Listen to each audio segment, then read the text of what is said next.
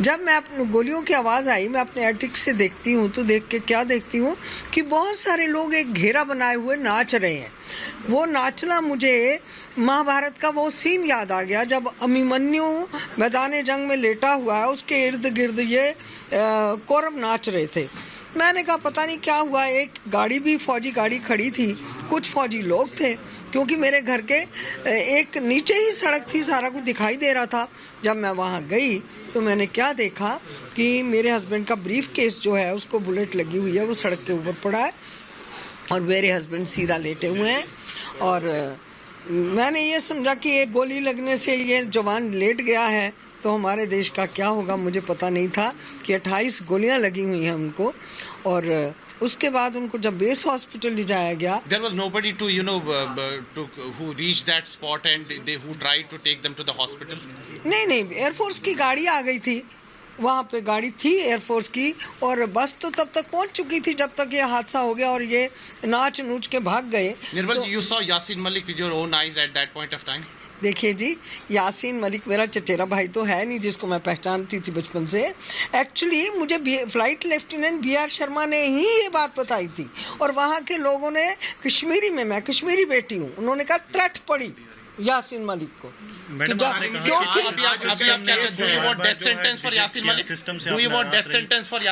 System ने आपको बार बार कहीं ना कहीं निराश किया उसके बाद? बिल्कुल, यासीन मलिक ने तो एक बार मारा था, उसका एजेंडा था इंडियन यूनिफॉर्म को टारगेट। पहले तो वो वैसे जो उसने उत्पात मचाया हुआ था, बाद में उसने इंडियन डिफेंस को टारगेट बना, यूनिफॉर्म को कॉल दे रखी थी, तो जिसमें मेरे हस्बैंड और 3 और जवान जो थे वो शहीद हुए हैं। मैं कहती हूँ यासीन मलिक ने तो एक बार मारा, हुकूमतों ने मुझे 32 साल 4 महीने हो गए हैं, आज 25 तारीख। Ma'am, do you want death sentence for Yasin Malik?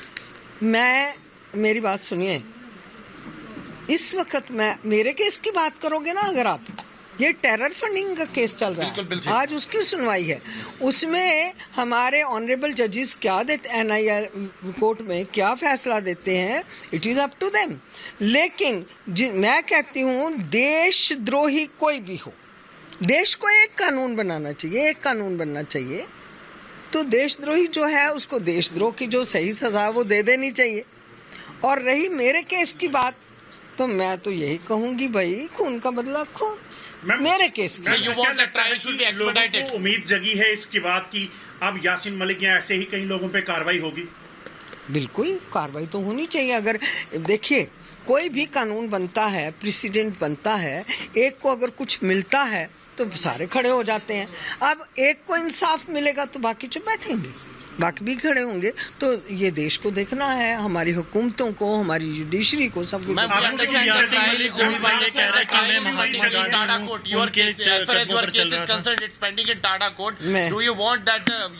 मुझे बड़ी शर्म आती है ऐसी बातें सुन के।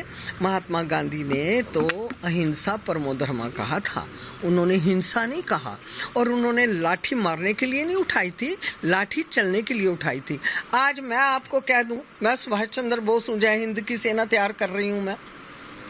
तो ये सारी जो बातें हैं ना, इन बातों का कोई मतलब नहीं है। कोई गांधीयन कहे, कोई बुद्धा कहे, कोई कुछ कहे, जब जिसकी जो चीज़ भीतर से जाग जाती है। दृश्यम पिक्चर आपने देखी होगी, आप जो दिमाग में दृश्यम बना लेते हैं उस दृश्यम से चलते रहो। अभी जो पाकिस्तान की तरफ से जो बयान आ रहे हैं यासीन मलिक के समर्थन में, उस पर आप क्या कहेंगे? भाई उनको अपना देखिए जी, उनके विषय में मैं क्या कह सकती हूँ। हर एक की, क्या हिंदुस्तान क्या पाकिस्तान, जिन जिन की दुकानें चल रही थी, रोजी रोटी चल रही थी, वो आज सारे एक हो गए हुए।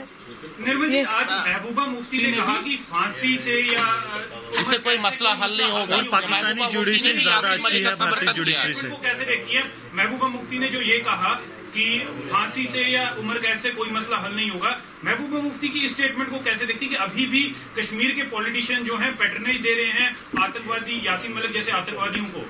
देखिए, महबूबा मुफ्ती जो हैं वो पॉलिटिशियन हैं और CM रह चुकी हैं।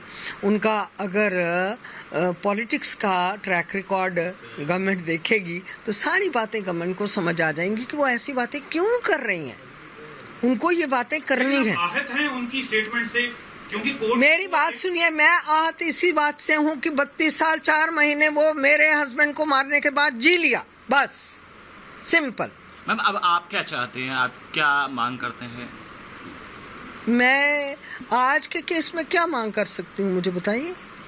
तो वर्डिक्ट आएगा तो मैं अपनी स्टेटमेंट दूंगी निर्मल कि जी, क्या इंसाफ हुआ है। वर्डिक्ट आने तो दीजिए। निर्मल जी आपने कहा कि आप डॉक्टर मनमोहन सिंह को अपना प्रेरणा स्रोत मानते थे, लेकिन जब वो आपने उनको यासीन मलिक के साथ देखा, उसके साथ हाथ मिलाते हुए देखा, ठहाके लगाते हुए देखा, आपको काफी पीड़ा हुई।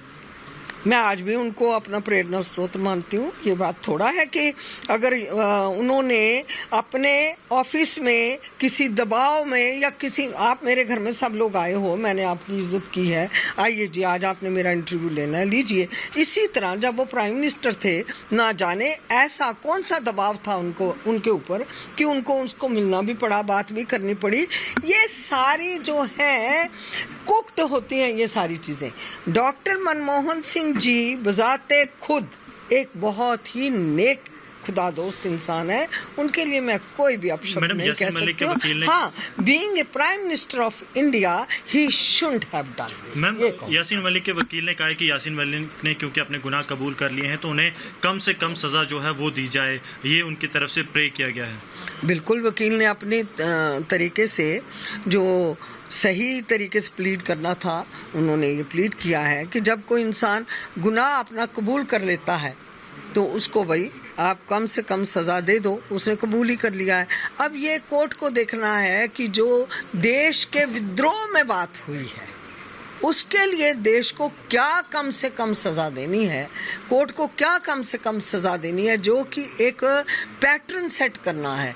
एक उन्होंने आने वाली पीढ़ियों को एक पैगाम देना है कि देश के विद्रोह में जब पहला ज़माना तो चला गया कि आप खुफिया थे, बड़े जयचंद हुए हिंदुस्तान में, कमी थोड़ा रही है। आप इतिहास पढ़ के, दुख की बात यह है कि जो हमारा सही इतिहास है वो ना, चैरिटी बिगिंस एट होम, घर में माँ बाप ने मेहनत नहीं की, स्कूलों में टीचरों ने नहीं की, मॉरल लेसन वैसे डिलीट हो गए हुए हैं, बच्चे पथभ्रष्ट हो गए हुए हैं। टू हेल विद द इतिहास। वो अपने खाया पिया, मोबाइल देखा और इधर उधर की खबरें इकट्ठी की और अपने